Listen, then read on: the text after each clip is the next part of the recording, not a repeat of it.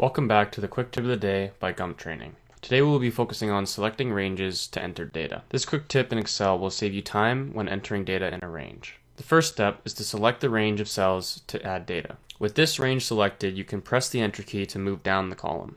Now from the first cell, type a value and press Enter. Type the next value and press Enter.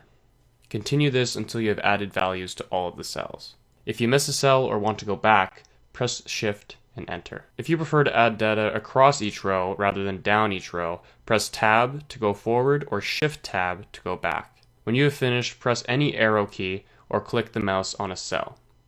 This will remove the selection. Here is another quick tip you can use with a large range. This database can be selected by going into any database cell and pressing Ctrl A. Now, to go to each corner in the range to see just how large it is, press Ctrl period. Each time you press Ctrl period, the cell selection will move to another corner. Visit our website at www.gumptraining.com.